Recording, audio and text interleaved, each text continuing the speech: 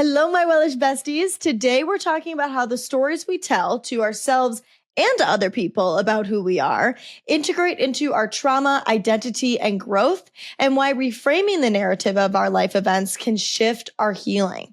To talk to us about this today is Brandon Keith Osborn, a filmmaker, photographer, writer, and founder of For Real Life, a cinematic storytelling studio blending brand work with personal narratives.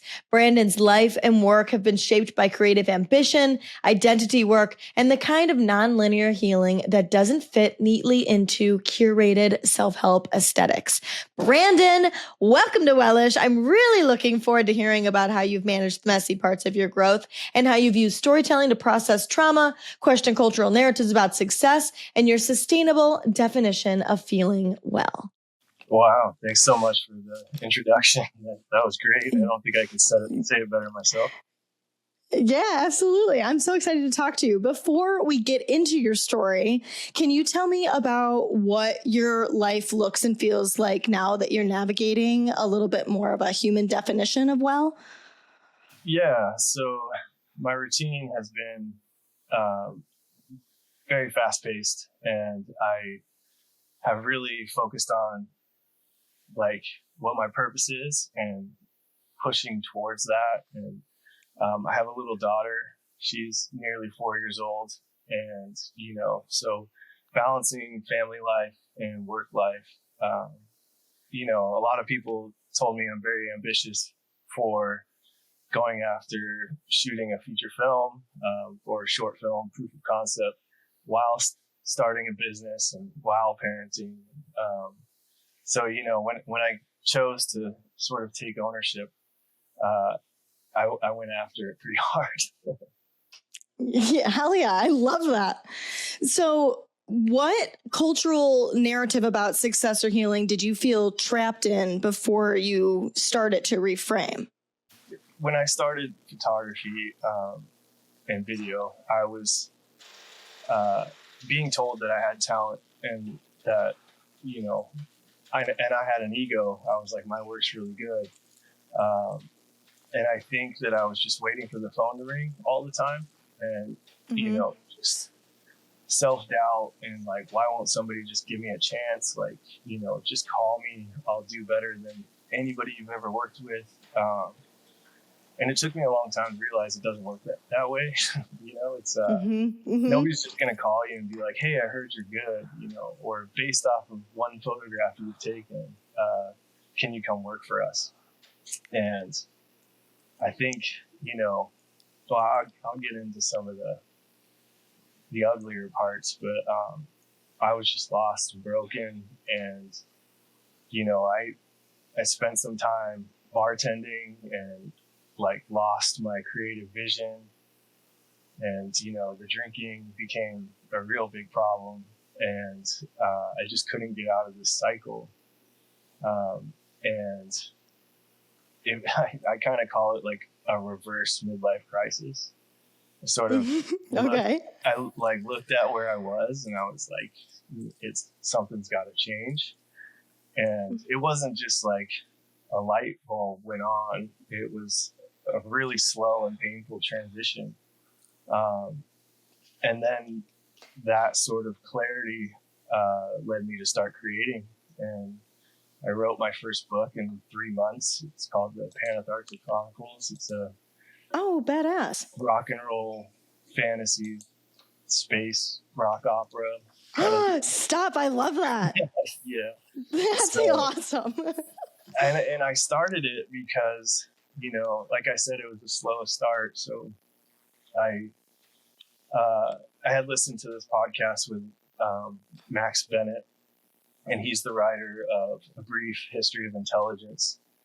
And he was talking, I read his book. It went all the way back to, single cell organisms until where we're at today with like AI and technology and things.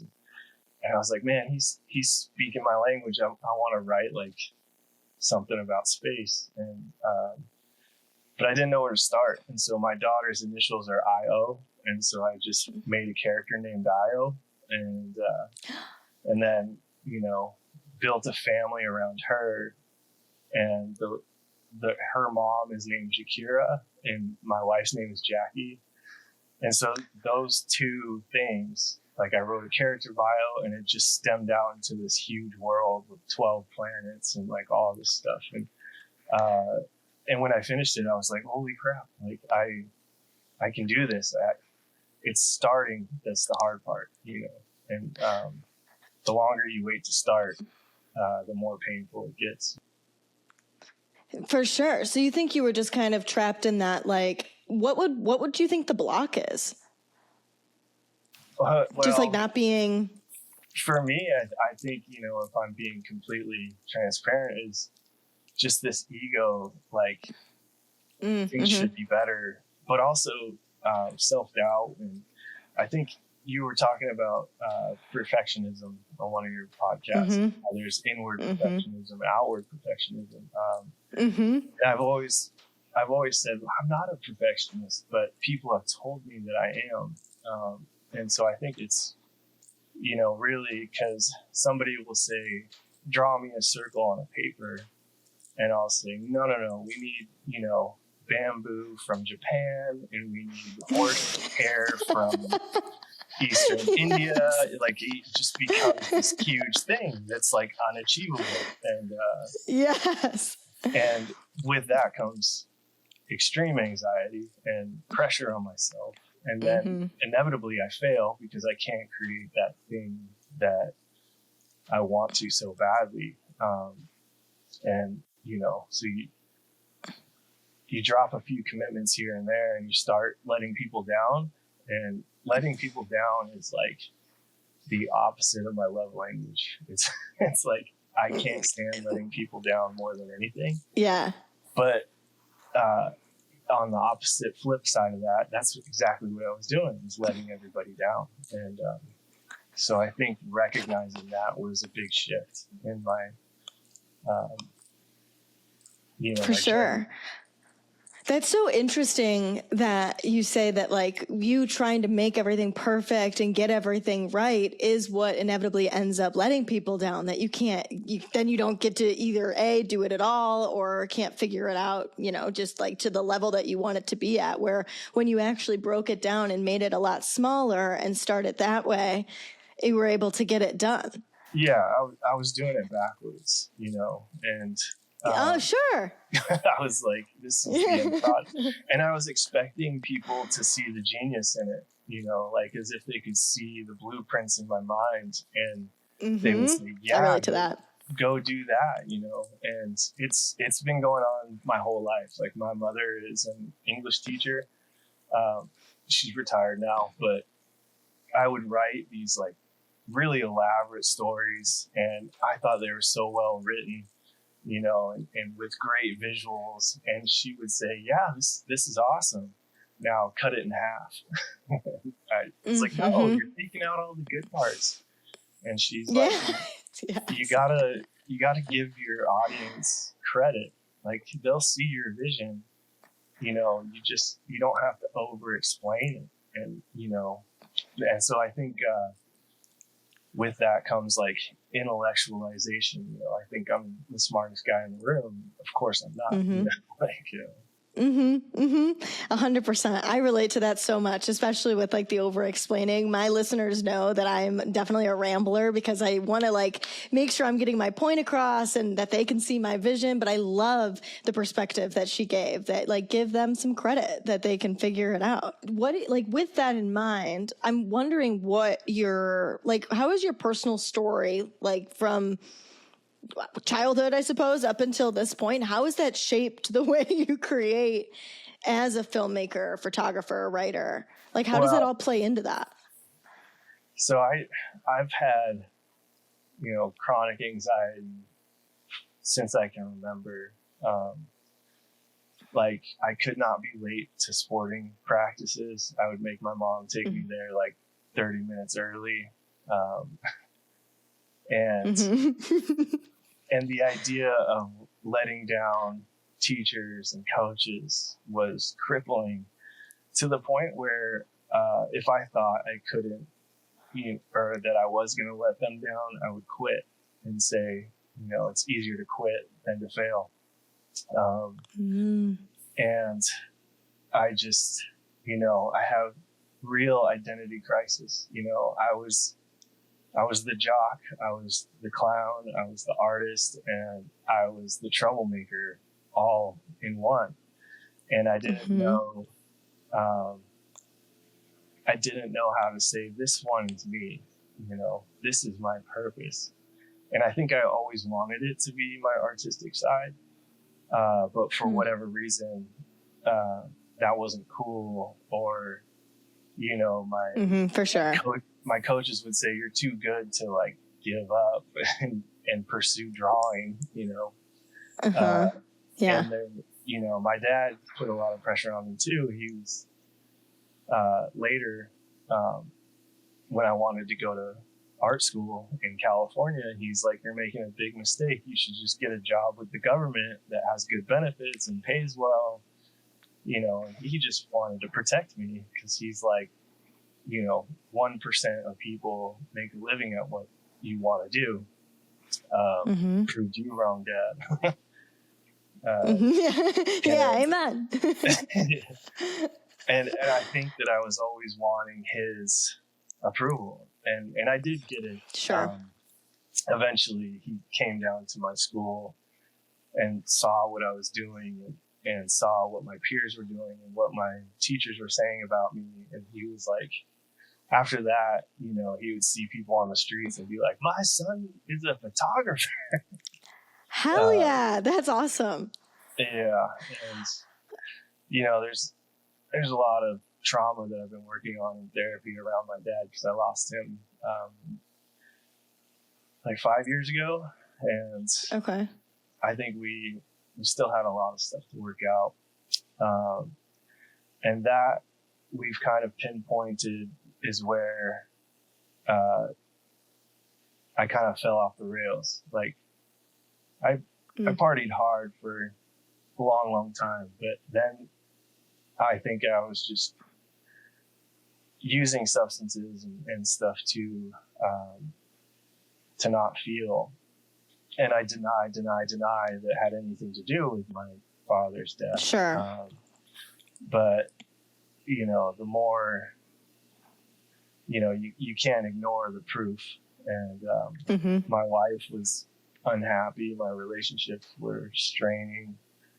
I was letting people down. And I began to believe that that's what I do, that I let people down. And so I might as well, why can't I just live my life like this? This is apparently who I am. But it wasn't the best version of myself by far. And so that's what I'm for sure trying to do now. I think that I've gained so much experience and felt like lower than anybody can imagine. And I've also done things that are outrageously cool. I've shot Tom Petty and Dave Grohl and all these people, and I've traveled the world. I've been to that's so cool 16 countries and 5 continents, and it's so the extreme highs and the extreme lows I wouldn't rewrite. I think those are my notes, those are what I refer back to. When I come across trouble now, I can refer back to my notes and say, well, you really screwed the pooch back then. Let's do something different this time. And the hardest thing is doing something different, just deciding to change your life is different, and it's hard, but and I used to hate people who were like, I got sober and then like everything changed, and now they were on like this they were on this super path of like success, and I used to, deep down I was jealous, but I used to say like, oh, they're in a cult, like they're doing lenses, and they're always trying to sell some sort of, what's that multi-level marketing stuff.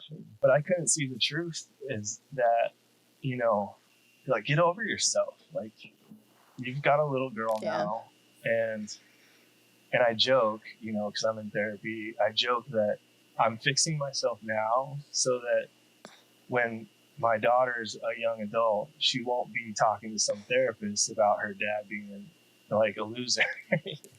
Yeah, So, that's actually a really good motivation. I love that. and you know, it's a smidge egotistical too. Like, she can't blame me. Sure.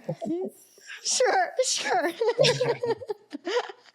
Why do you think that we're wired to make sense of our lives through the story that we tell ourselves? Since like you were so identifying with this old version of you, and now, you know, you're in therapy, you're trying to shift who you are and how you live your life and how you view yourself. Why do you think that we're so wired to like make sense of our lives that way? I mean, I think the major factor is time, you know. And I had tried to clean up my act and get driven before. And it never really works because, you know, there's a saying, don't leave before the miracle happens. And, and I would constantly leave before it happened because I wanted it to happen now. And that's why addiction was so prevalent in my life, is because you got immediate results, and then your brain craves those immediate results. And the work is hard, and so if you can skate by without doing the work, like, why would you do it? Completely. Yeah, so I think time is a major factor, and I don't want to sound like, you know, an old fart or anything, but it's true. The older you get, the more experience and sort of wisdom you get, and you're like, yeah, man, like, you know, I used to think my parents were so uncool, but now I talk to them as my peers, you know, and realize that they were cool once, just like me. They just got wiser, you know. They don't put themselves through the ringer like I did. Yeah. And I don't know if I had anything to prove or anything, but, you know, there's people out there that hurt, and, you know, some of them might listen to this podcast, you know, and I guess to them I would say, like, I'm really sorry that it took me so long to apologize, you know, because I just didn't have it figured out, and I still don't have it figured out. You know, I go on ChatGPT and have these long conversations about the meaning of life and stuff. Yes, I do the same thing. I love doing that. I'm like, nobody look inside my ChatGPT history. Yeah, but you have to be careful. I mean, I realize that, you know, it's progressing every day, but it's still in its infancy with its capabilities. Totally. So I think you need to exhibit a lot of caution, but I also think that it's a really powerful tool. I've been using it to make concept art for my new film. And, you know, it's one of those things. And like, I don't trust it fully, but I'll ask it questions. And then I'll say, okay, I see your answer. Now what's my version of that? You know, so. Yeah, my human application of it. I love that. Yeah, was there like album. Yeah, for sure. Is there like and I feel like you've got a good amount of like old stories that about yourself that you realized you were gripping too tightly. So like, what happened when you started to let go of those narratives, like about the substance abuse and about you not being good enough and you letting people down and being a failure? Like, when you started to be like, maybe that's not true. What did that look like? Well, it's as cliche as it sounds, there's always a wake up call, right? And when I was 19, I had moved to California when I was 18 to pursue football, and I played 1 year. And then I quit, and my parents are like, we're not going to pay for you to just party in California. And so I moved back home, and I had nothing to do, and I was 19, and so I just partied. And, you know, in the early 2000s, that was wild. Yeah. And it got so bad that, you know, my parents had to sit me down, and after, you know, I had OD'd, and my mom had to call the paramedics because I was sleeping in her basement. And my parents said, you know, we have to let you go. We can't help you. We can't enable you. And I didn't last much longer on the streets. And I, you know, asked for help and got into treatment. But that didn't work. You know, I had 2 DUIs before I was 21. And then I did quit drinking and using for like a year. But when I turned 21, I was like, I'm not going to not drink. And so I started again. And, you know, there's people out there who would argue against this, but I thought I was holding it together just good enough, you know. And like I said, all the way up until the loss of my father. And I really began to isolate, even though I'm extroverted and you wouldn't guess that. I really sort of just sunk into myself and just started hating myself, and just repeatedly beating myself up. And that's something that I'm working on in therapy a lot is, you know, after each session, he's like, are you giving yourself credit today? And sometimes I'm like, not enough, you know. I've achieved a lot, but I've ruined a lot. And so I think it's going to be a lifelong battle to sort of make amends to myself. You know? Definitely. Do you think that's kind of what I'm curious about? Like, while you say that it's going to be this like lifelong thing that you go along with yourself, do you think we can ever like truly let go of those old narratives, or do you just think that they evolve along with us? I think they evolved. I have a hard time with like binary thinking, like, oh, I just let that go and now I'm okay. My brain just will not let it go. But I think acceptance is a key word for me. You accept the things that happened to you and the things that you did that affected other people. And, you know, I don't want to say learn to live with it because that sounds like giving up, but you become okay with who you are now. And as long as I wake up every morning in the pursuit of my purpose, which I believe that I've found my purpose now, or, you know, sorry to sidetrack, but my teachers would always say he has so much potential if you just apply himself. And sure.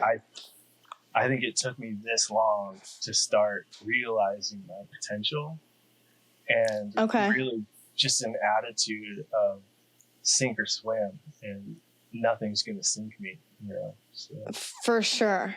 Yeah, I think I've always known my potential, but I expected other people to catapult that. And kind of just like, it's interesting that you say that, because it really is this idea that you have to believe in yourself so intensely and just keep showing up even though other people don't believe in you. And then through you doing that for yourself and building your own love for your craft and all of that stuff, then other people start to see it. But I think growing up, we're so programmed for it to work the opposite way. So it kind of makes sense why you would fall into that mentality.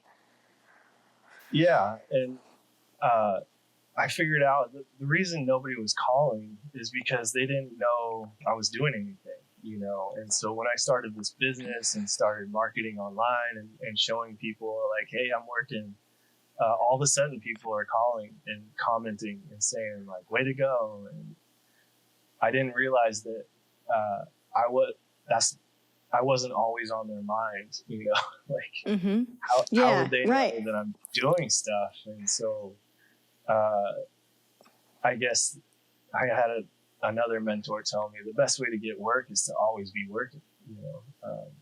And Yeah. if you're showing that you're working all the time, then people are going to go, wow, we better book him soon because he looks busy. Oh, totally. Yeah. I think that like you can apply that same concept to just like almost anything in your life, in the sense that you can like say, people can't read your mind. And I think I really played into that same idea, that I thought, because I understood me and I understood where I was coming from and I know how I'm navigating this, like that other people should just know me, even people that like don't even know me like that, and all the way to people that do intimately know me. It's just, I assume that other people will get it. And when they don't, I feel so like devastated and misunderstood. And like, that wasn't my intention. Shouldn't you know that? So the work is interesting because it's like the more you do, the more you're putting that out into the physical for people to see. Yeah. And it's fun. You can apply it to everything, because I would do the dishes and I would tell my wife, like, look, I did the dishes. She's like, sweet, you want a cookie or something? Like, yeah, right. Thanks for doing the bare minimum. That's one of your jobs, work. Yeah. But then, so I started to do things without needing a pat on the butt, like vacuuming. So when she comes home, the floors are clean. And not doing it because she asked, just doing it because it needs to be done. And I guess just constantly improving yourself and your surroundings gets to be contagious a little bit. Like I said, people want to work with you, and I've always thought that I would make a good teacher, and so I'll take people who are maybe dipping their toes into the industry and say, like, I'll help you. I got a whole bunch of knowledge that I can give you. And if you're willing to work, we can do it together, type deal. Sort of giving back what I've gotten, I guess. Totally. Do you think, like, how do I want to ask this? I want to know why reframing a painful memory as part of a story changes the way we experience it.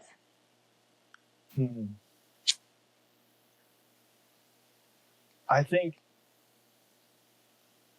well, okay, to quote my good mentor, Errol Gerson, who's a professor at Art Center College of Design and a well-respected industry man.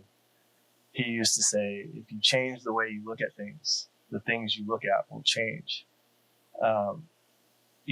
And what that means is, like, if you look at an apple over and over and over again, it's just an apple. But if you change your perspective, if you change the way that the light hits it or the way that the shadows drop off, it becomes a piece of art. So you change the way you look at it, and it's no longer an apple. It's something beautiful.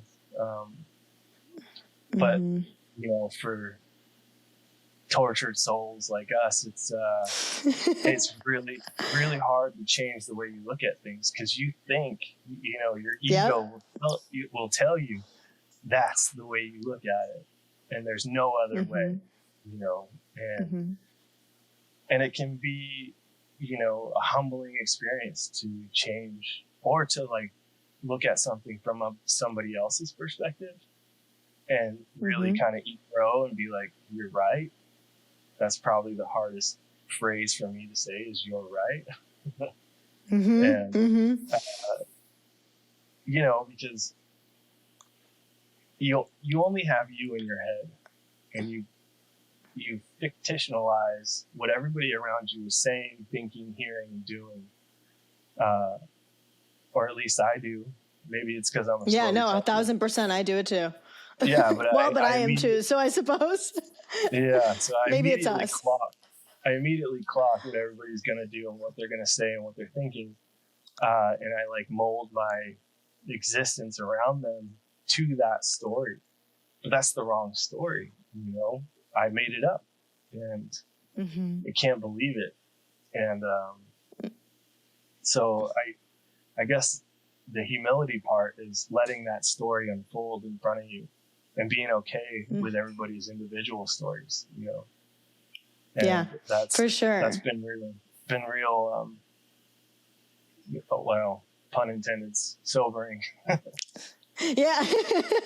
No, totally. And I think that like with that, being able to recognize the way that the voice you have inside of your head is like, I like the way that you say it's like this fictional narrative based on everybody else in your life, that like nobody maybe even said these things to you, but it's just like this generalized vibe that you have inside of your head, and it's now your inner critic. And maybe these people from high school or these people from this version of my life will think this certain thing and criticize me if I try to go out into the world and do something. And it's just like your own inner critic using what society or people have put in your head.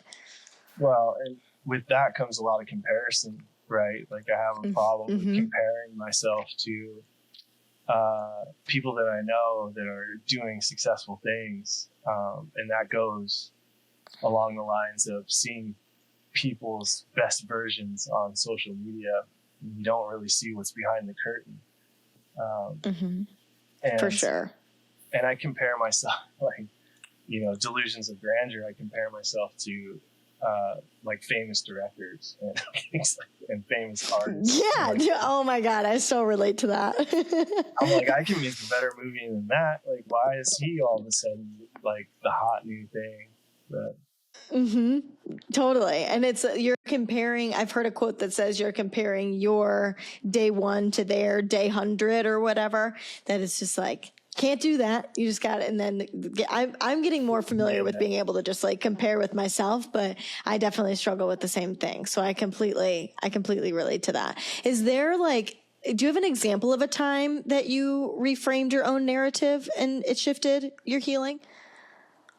I mean, most recently. So like last year in February, a week before my birthday, enough was enough. I was, you know, probably going to lose my wife, and I couldn't hardly function.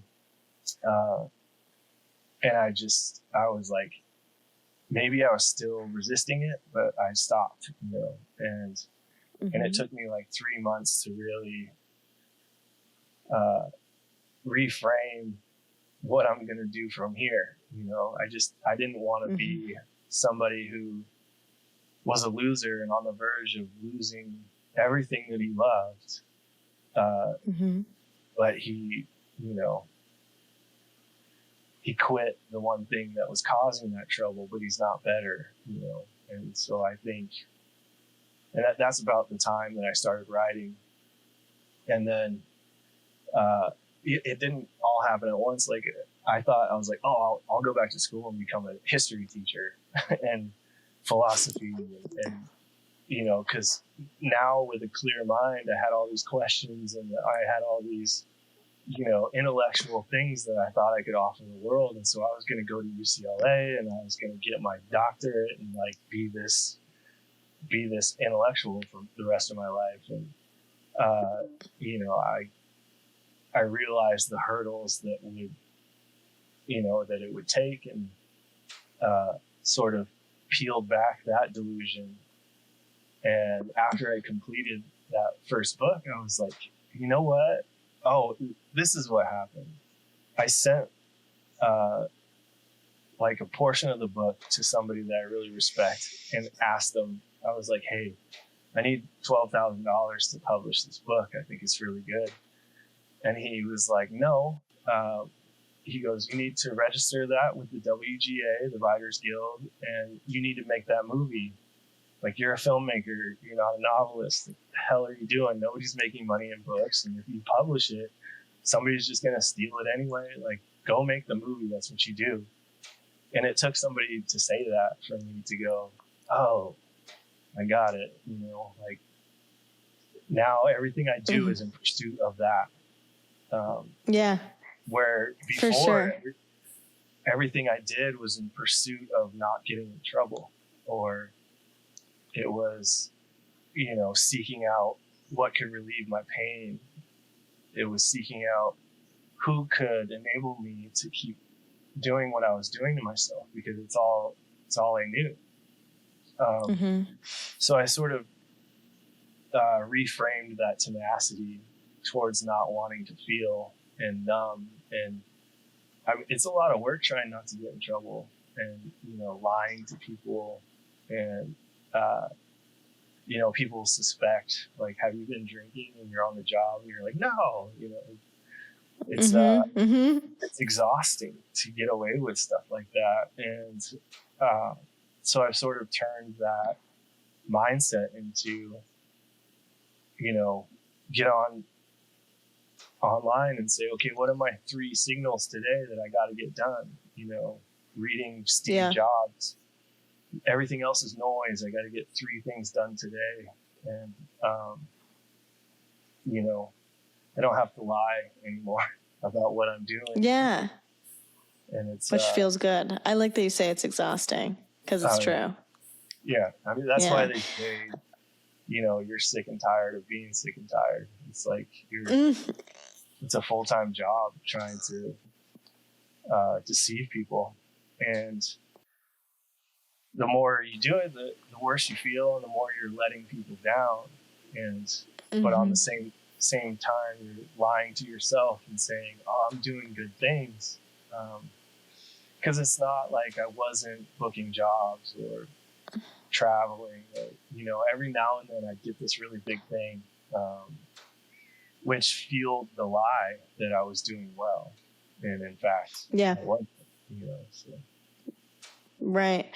I think too, it's interesting to hear the way that you changed it from running from something, like trying to numb out, and now you're moving towards something, that you have this goal that you want to achieve. Yeah. Am I understanding that right? Yeah. And and I think I had a lot of fear that if I tried my hardest and failed, there's nothing left, I don't think I have that. Maybe I do a little bit, but I don't carry that. Yeah, let's be honest. I don't carry that fear and let it define me. It's going to happen in some shape or form that, all my dreams will come true, but it might be different than what I think they are today. In 20 years from now, my dreams could completely change, and that's okay. It's, pursuit of your purpose is the name of the game. The lifelong goal. I love that. Yeah. And I feel gross if I go a day without pursuing something, that's where the self-deprecation comes in, where it's like, man, I watched, 16 shows on Netflix. Scrolled on my phone forever. Yeah, but it goes back to not being hard on yourself and not being, and that's kind of what therapy's doing. It's like, don't kill yourself. Your body probably told you needed that ice cream sandwich, and you needed to watch Gilmore Girls with your wife. Yeah, completely, 100%. How do you navigate telling your story to yourself and to others in a way that feels authentic to you, so you can actually believe the new narrative that you are? Because, you've had such a huge transformation. And I feel like sometimes we can start to dip into that old one still. So, how do you... I don't know what other way to word it other than make yourself believe that this is authentic and really who you are now. Ooh, that's a big one. I mean, that's the struggle, right? I mean, like I said earlier, there's no switch or light bulb that tells you. You just start building, big time. Start building wins, and each win fills your bucket with more wins. And when that bucket gets really full, you got so much to lose. So I guess regression means you're going to dump out that bucket and lose all those wins. So that's sort of how I keep going, because it's you build up, so much that, and you put the hard times way back in the rearview mirror that you don't want to go back there, and that's why I said earlier, the time is the biggest thing, the biggest hurdle, is because, I still do it now. I'm like, why aren't people calling? Like, I just started my business and I'm ready to rock and roll. The phone should be ringing off the hook. It's like, no, it's going to take time. It's going to take more marketing. It's going to take more walking into businesses and saying, hey, I think I can help you out, and having, good conversations about how through a collaborative effort and mutual benefit, I can really help people out there. Totally. What does identity work look like for you on a day-to-day basis? Like, how do you is it something you have to remind yourself of throughout your day, or what would that look like for you? I don't need to remind myself. It's there always. Hell yeah.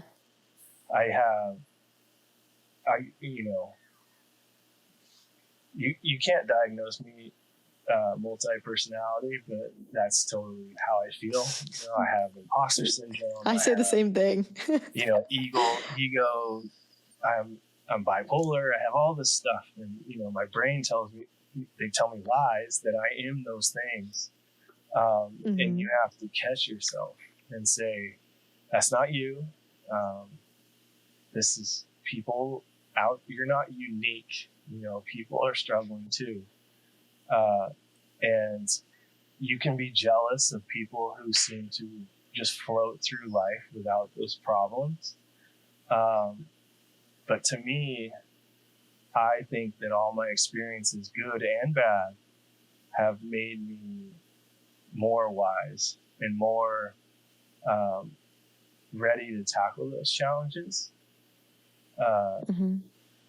Because there's people I know who don't understand what I went through, and when I tell them crazy stories about my past or whatever, they're like, "How are you still alive?" And some of that was proximity to where I grew up, and I thought that was normal behavior, and I met my wife, and I was like, "Oh, we used to go to the clubs when we were like 16 and do this and that," and she's like, "Excuse me, like that's not what my high school was like." And I was like, "Really? Yeah. I thought everybody did that."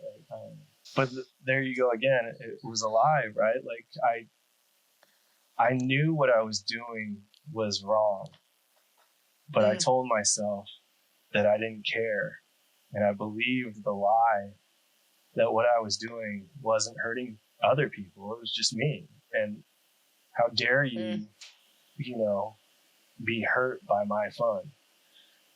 How dare you judge me?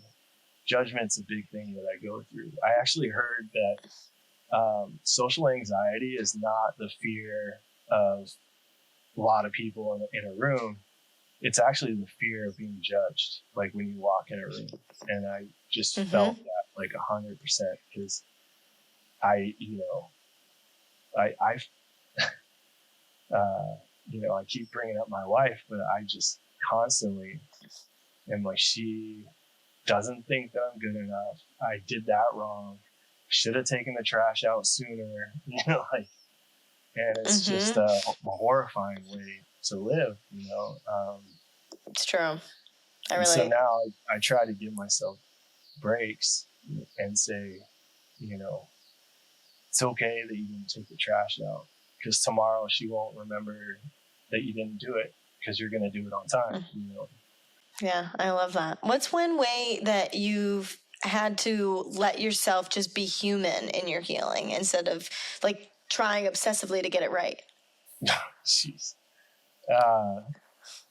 Well, I think this is a real humanizing experience, and I've shared with you and now to a lot of people, things that they might not know about me. And I think that vulnerability and, recognizing that it's important to share these things because there's somebody who might feel the same way and feel like they can't talk about it, because substance abuse and being an addict is such like taboo, and it's so like, oh my God, that's part of your past or whatever. But it's important to talk about it because I grew up, my father he got sober before I was born, and he was a substance abuse counselor and a probation officer. And surprise, oh my God, no way. Yeah. And so surprise, surprise, I was like this hellion. And it's kind of like the preacher's daughter, the preacher's daughter. Yeah, totally. But again, I guess I leaned into that. Like, I wouldn't listen to him, and we fought a lot about, how he was treating me, and I would do things in spite of him. I was like, watch, I'm going to drive real fast and crash the car, and I'll show him, but it just hurt me because I got arrested, It was a long, long time ago for all you listening. A long time ago. Yeah. Yeah. Well, and I think that you making the point that you said something earlier that made me think this too, just that you are thinking it's my life, like screw you and what you care, and like that you're worried about the judgment and you're worried about letting people down, and so like you think, well, I'm just staying in my lane, I'm doing my own thing, if I'm ruining my own life, like that's my problem, that's not your problem. But the way that your actions impact other people and your awareness of that now, I think is really impressive.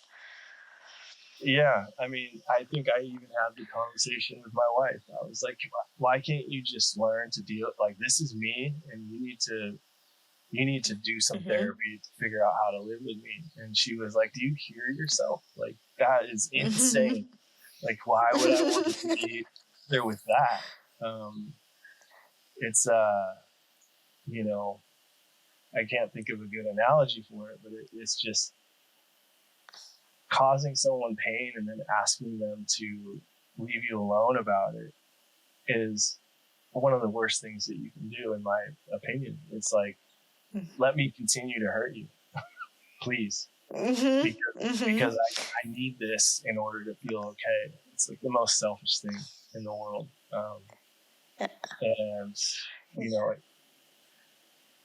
and then the guilt and the shame of knowing that stuff, and how I treated people in relationships and how I treated friends and family, and sort of looking back and going, wow, what a tool you've been your whole life. And that's where the the low self-esteem comes in, the depression, sure, the shame, and the guilt. But sort of going back to your reframing, it's like, I can ruminate on that all I want to, and I can go back and dip into that shame bucket if I want to. But why would I? Because I'm building positive things now, and sometimes you go a little too far and you're trying to tell people, like, look at what I'm doing, look how good I'm doing. And that might not matter to some people. And so you have to get used to your change, your journey to be better and to be a better person. They might not have context for that, and they're not going to give you anything because you're doing all this work, so. Right. You have to be able to give it to yourself and be proud of yourself for it. Yeah. And, people, not that I'm seeking it, but people do say, like, wow, you're doing great and you look better. People will see. Yeah. Because it's positivity attracts positivity. How do you handle the messy parts of growth and integrate them into the narrative that you tell yourself? Um, well, like I keep saying it's hard, but life is hard. And Mm-hmm. I remember explaining it. Like, I got this and these bills, and like I'm starting this, and I don't have time for that, and I was just like crying wolf the whole time, saying like everything's too hard, I can't get over it. And, so simplifying things into what do you need to do today? What can you scratch off your list that'll take that extra weight off your shoulders, that feels good, to move on to the next thing? And pretty soon, that feeling of relief from things getting off your back almost becomes addictive. You want that feeling, so you start being more successful, and you start contributing more and expecting less. And it's it's a far better feeling, I think, than substances can do, because in the end, substances didn't work, so you're just left with like this hole. Carl Jung talks about like you have a shadow self, that's just longing to be filled, and all that loneliness, it wants to be filled up. And if you fill that with drugs and alcohol, it works for a second, but after a while, you're just left with yourself again. And so it's real important to try to fill that up with positivity and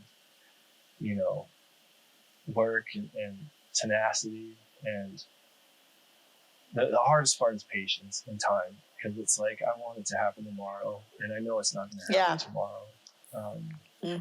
And people will be like, "Oh, but it's so rewarding when it finally happens." No, it's not. Because you're wanting it so bad, and then once it does happen, you want to move on to the next thing. And to the next thing, okay. The bar's always moving. Yeah. And so you'll never be perfect, and you'll never give yourself credit. And I'm really jealous of the people who can like retire and sit in a chair and they're just totally content, like going, I've done the best I can in this world. I raised a family, and this is my life now. Like, 100%, that's so cool, and I'm jealous of it. I wish I could do it. That's not me. Like, I have to continue and go for the next thing. Otherwise, I know exactly where I'm going to go back to. Yeah, totally. Why do you think embracing like that good enough vibe, like just not worrying about chasing perfection, is so impactful?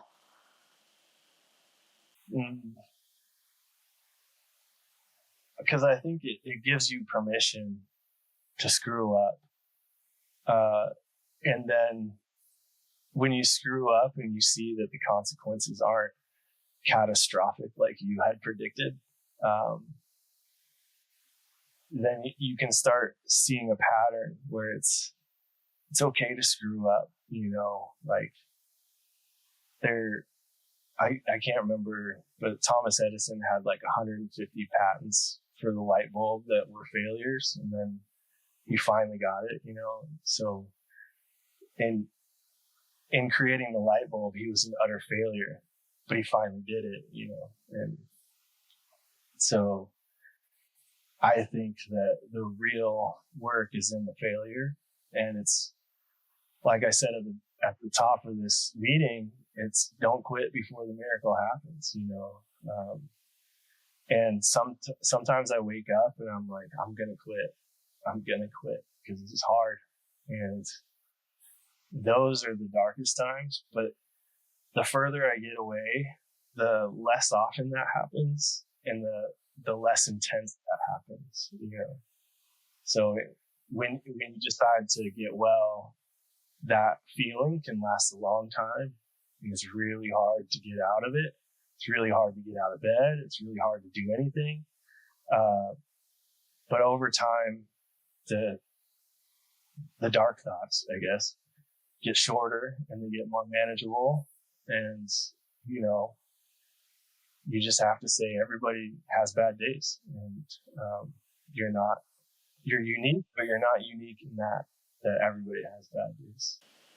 For sure. And it's like the more you expose yourself to the failure or to the rejection, whatever it is, and you're okay with it because you know that you don't have to be perfect, it's just like it allows it to, you become stronger, you become more resilient, and you're able to move through it a lot better and probably talk to yourself a lot better because you know that you've been through it, which builds confidence. And I think it's just like this snowball effect that, you know, benefits everything. I like what you said about conversations with yourself. So, like, I'm an only child, so I've been talking to myself for a very long time. Yes. You know, I didn't have a sister or a brother to run things by, and like, when that conversation becomes toxic and you start believing yourself, it's really dangerous. And so when you can get your inner voice to cheer you on and help you push through, like, even give it a name, like, my inner voice is my coach, you know, like, don't give up, go till the end of the whistle, things like that. And, these are all contradictory to how I felt before. Like, if I was listening to this podcast, I'd be like, fuck that guy, like, he doesn't know what he's talking about. And I'm feeling it now. Like, God, you sound like, you know, like you're trying to be something that you're not. I still have that feeling like I'm being fake, but I'm speaking the truth. You know, it's and like these are the real thoughts that are happening inside of your head. Yeah, and they've changed so much, and it's changed the way I've looked at things, and it's you know, every day it becomes more enjoyable. And I'm not perfect, you know. I might take a nap on the couch and watch Netflix right after this, but that'll be okay. No, but then you did this, so right, exactly. Yeah. Well, and then you got this under your belt, so that constitutes for a good day. That's what I always tell myself.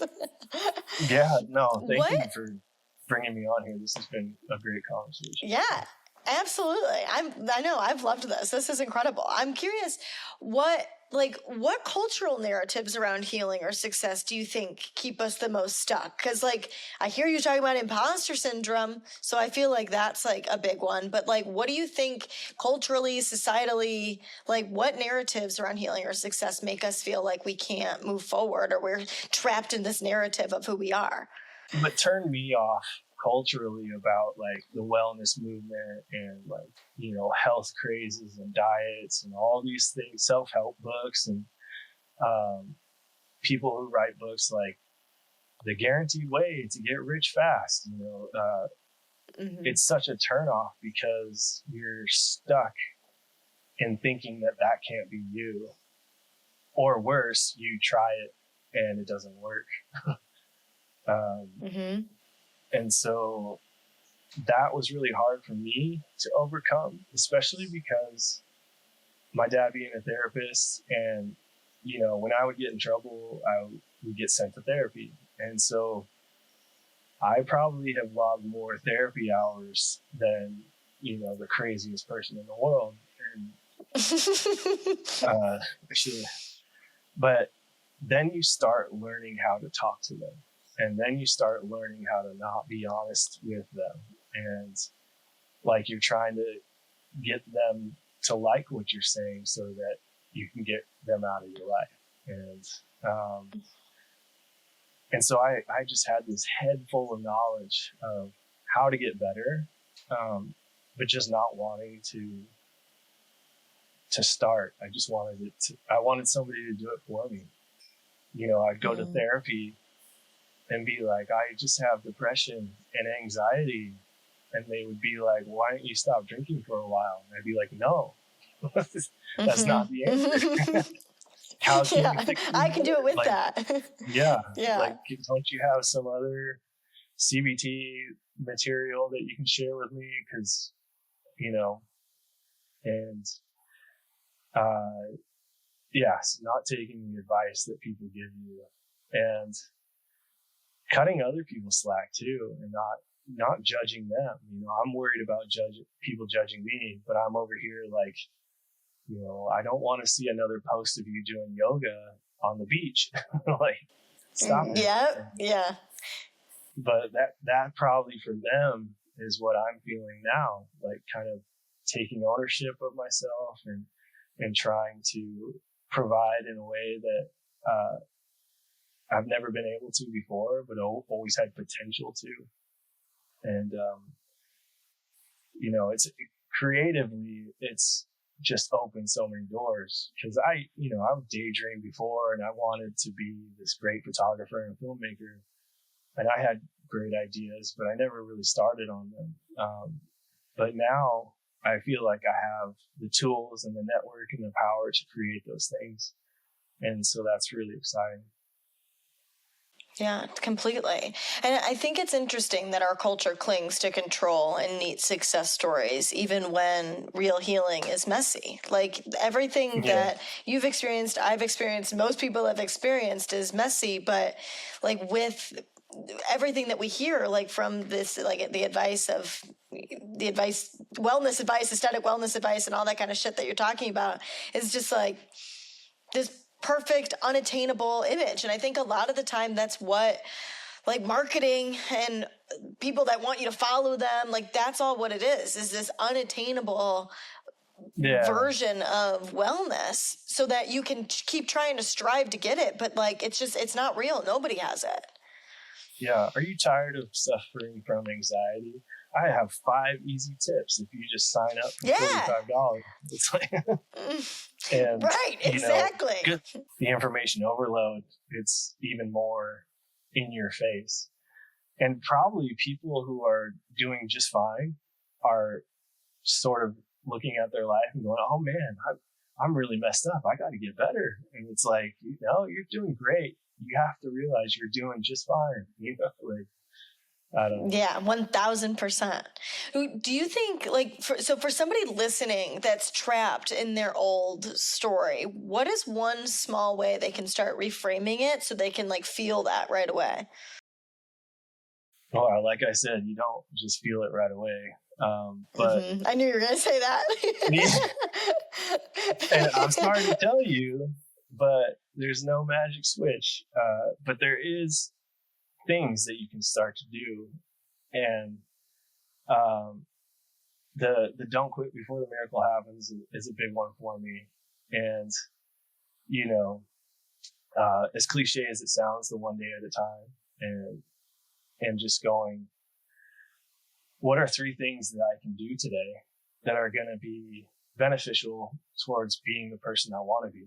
And if I focus on those 3 things and label everything else as noise, and just avoid it for half a second and work on what you set out to work on that day, and you feel the reward at the end of the night, like, I did those 3 things, those 3 wins are going to carry over into the next day.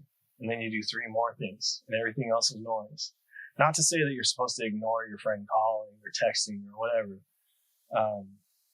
And don't get down on yourself if you don't accomplish those things.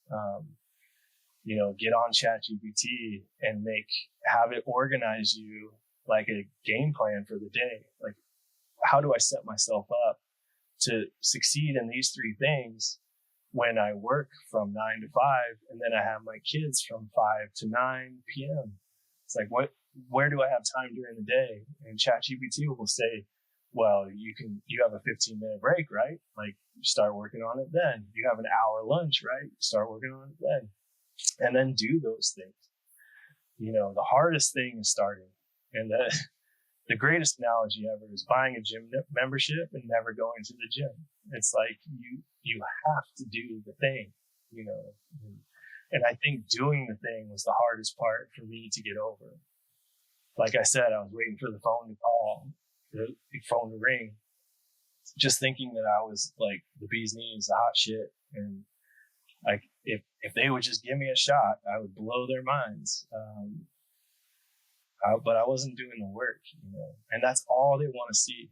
Everybody just wants to see you working on yourself, and you'll see the benefits. Talk is cheap. Yeah. Put your money. They want to see the action. Yeah, right. So what do you wish you could tell your past self who felt stuck before? Oh my God.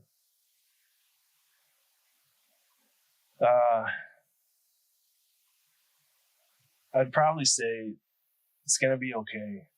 Don't be too hard on yourself. There's going to be opportunities for you. And they're going to scare you. But you need to be okay with whatever outcome. Because if it doesn't go as planned, it's learning. If it does go as planned, how can you make it better? And that little shit probably wouldn't listen to me, but I would tell him anyway. I love the self-compassion. That's incredible. If listeners walked away with just one truth about storytelling and identity, what should it be? Honesty and acceptance. Honesty is the only way to tell a story. If you're leaving parts out, it's obvious. And if you're being unauthentic, it's obvious and it's painful to watch. I've said a lot of quotes that are not mine in this process.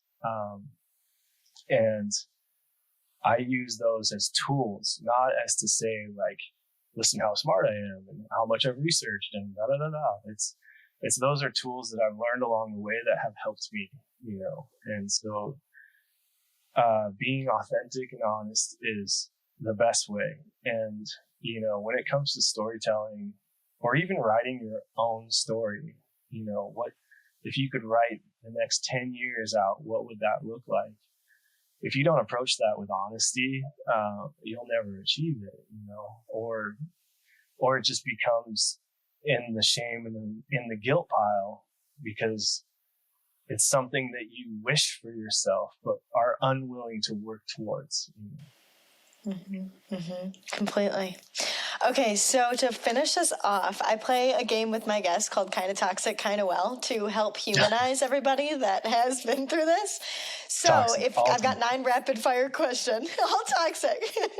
I've got 9 rapid fire questions if you're down to play. Yeah, sure. Okay, so what or who are you jealous of right now? Christopher Nolan. That's a big swing, but yeah, he's probably cemented himself as one of the greatest directors of all time. So. Hell yeah. When's the last time you sacrificed your own wants or needs to keep the peace with others, even though you didn't want to? Well, I have a 4-year-old, so nearly every day I have to sacrifice something to keep the peace. 100%. What's a moment recently where you caught yourself ignoring your own needs or that you chose yourself instead? I started going to the dentist, and because I had put that off for a really long time, and my teeth were in bad shape, and I finally said, I'm going to take care of this because it's like I said before, it's one of those things that once I cross it off the list, I know it'll be, good for me, taking care of myself. So, yeah. Mm-hmm. That's a really good answer. I'm in the same boat. I just did the same exact thing. Recently, I was crossed off the list. I was like, yes. Yeah. It goes back to acceptance, right? It's I'm just going to go and get this over with. Yeah, literally. What do you find yourself overthinking about these days? Everything. Oh my God. When I go to therapy, there's a box that you have to check. It's like, do you worry or overthink things, and I'm like every single minute of every single day. Yes. But I've gotten better at, removing the clutter or the lies, if you will. I can't nail that down to one thing. Right now, it's probably for sure. It's all the things. It's probably my short film that I'm worried about the most, because there's a lot of doubt and second guessing. Different opinions are like, you should go a different direction. I'm like, well, I thought I was going this way. So. What is an expectation you've put on yourself that you've let go of, or one that you know you still need to?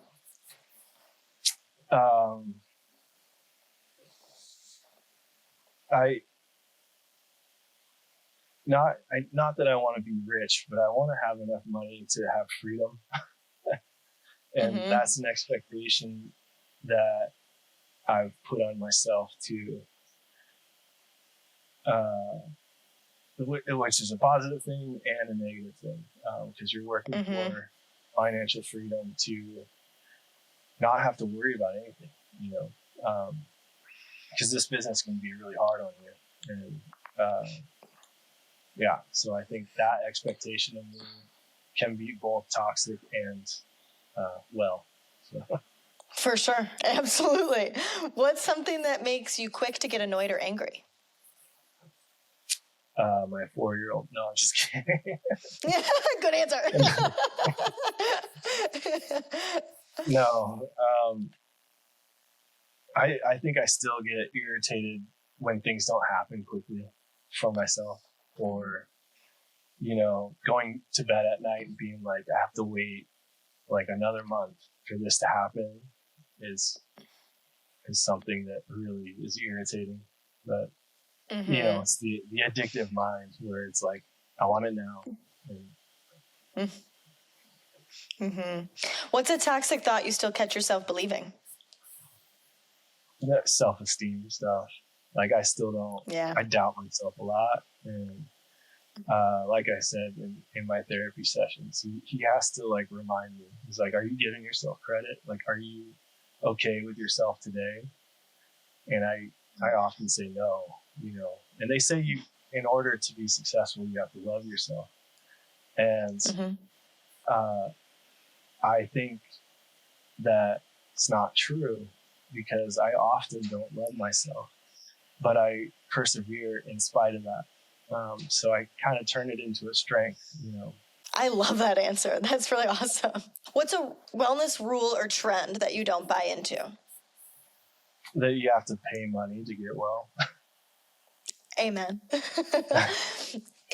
If you could leave my Wellish friends with one piece of advice on becoming more well than toxic, what advice would you give them? Just start. If you have to pick up the phone and push the green dial button, or if you have to roll out of bed and brush your teeth, just start. The smallest start could start you on a path that you didn't realize. Hell yeah. Where can people find you in your work?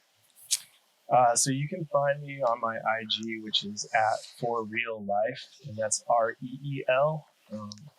So it's FORREEL.life. So that's also my website. It's forreal.life. And check those out. You can find me there, and we're going to have some crowdfunding coming up for my movie. So, if you want to collaborate and get some cool swag and help us out, that'd be nice too. Hell yeah, absolutely. Thank you, Brandon, so much for being here. I really enjoyed this conversation. You're just absolutely incredible. I've loved hearing from you. This has been awesome. Thanks so much.